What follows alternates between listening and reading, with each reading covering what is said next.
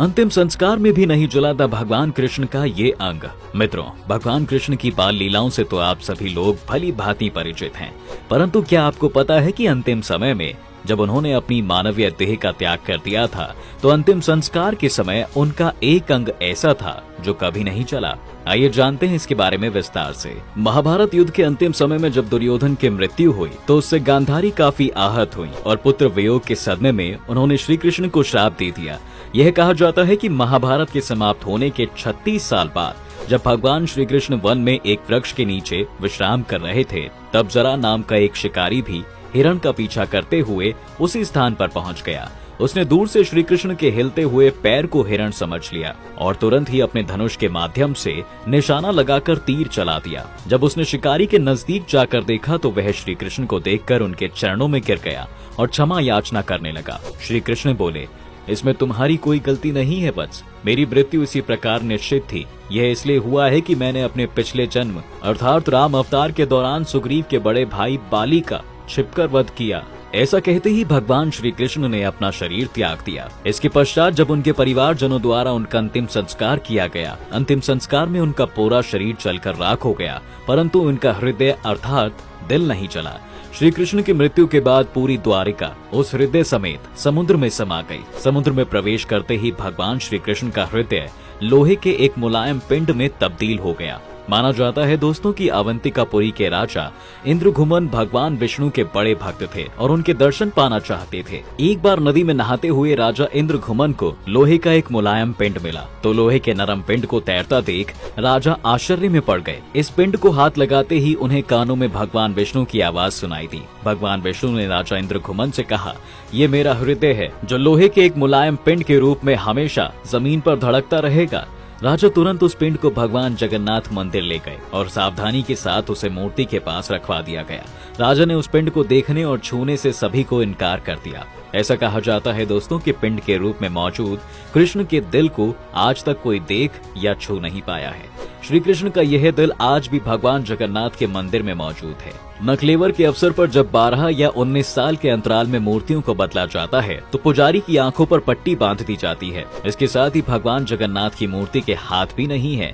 इसके संबंध में यह कहा जाता है कि राजा इंद्रघुमन ने जगन्नाथ, बलराम और सुभद्रा की मूर्तियां बनवाई और इन मूर्तियों को बनाने का कार्य स्वयं भगवान विश्वकर्मा ने किया, परंतु हुआ ऐसा कि उनकी रानी गुंडिचा ने मूर्तियां बनाते हुए मूर्तिकार विश्वकर्मा जी और मूर्तियों को देख लिया, जिसके चलते प्रतिमाएं अधूरी रह गईं। उसी समय आकाशवाणी हुई कि भगवान जगन्नाथ इसी रूप में स्थापित होना चाहते हैं, जिसके तुरंत बाद ही राजा ने उन अधूरी मूर्तियों की मंदिर में स्थापना करवा दी। मूर्तियों की स्थापना के बाद भगवान नारायण राजा के सपने में आए और उन्होंने कहा कि वह साल में एक बार अपनी जन्म भूमि मथुरा की यात्रा किया करेंगे। स्कंद पुराण के अनुसार राजा इंद्रघुमन ने आषाढ़ शुक्ल द्वितीय के दिन भगवान को उनकी जन्म भूमि मथुरा जाने के लिए व्यवस्था की। दोस्तों, यह माना जाता है कि तभी से यह परंपरा आज तक रथ यात्रा के रूप में चली आ रही है, इसलिए आज भी यह यात्रा प्रतिवर्ष निकलती है। इस मंदिर का पहला प्रमाण द्वापर युग के वन पर्व में मिलता है।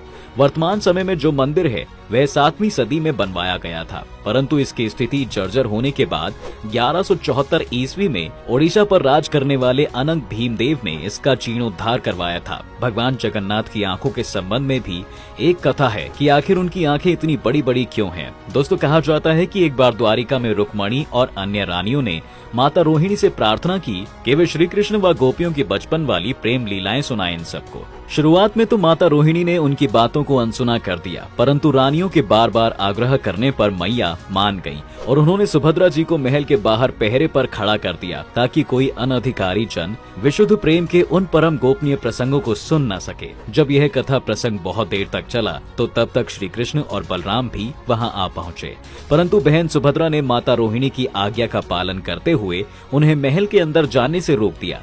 जब ये प्रसंग ज्यादा देर तक चला तो जिज्ञासावश श्री कृष्ण और बलराम अपने बाल लीला के प्रसंगों को दरवाजे पर कान लगाकर सुनने लगे। लीलाओं को सुनते सुनते वे अपने बचपन की यादों में ऐसे खो गए कि उन दोनों के शरीर सुन्न पड़ने लगे।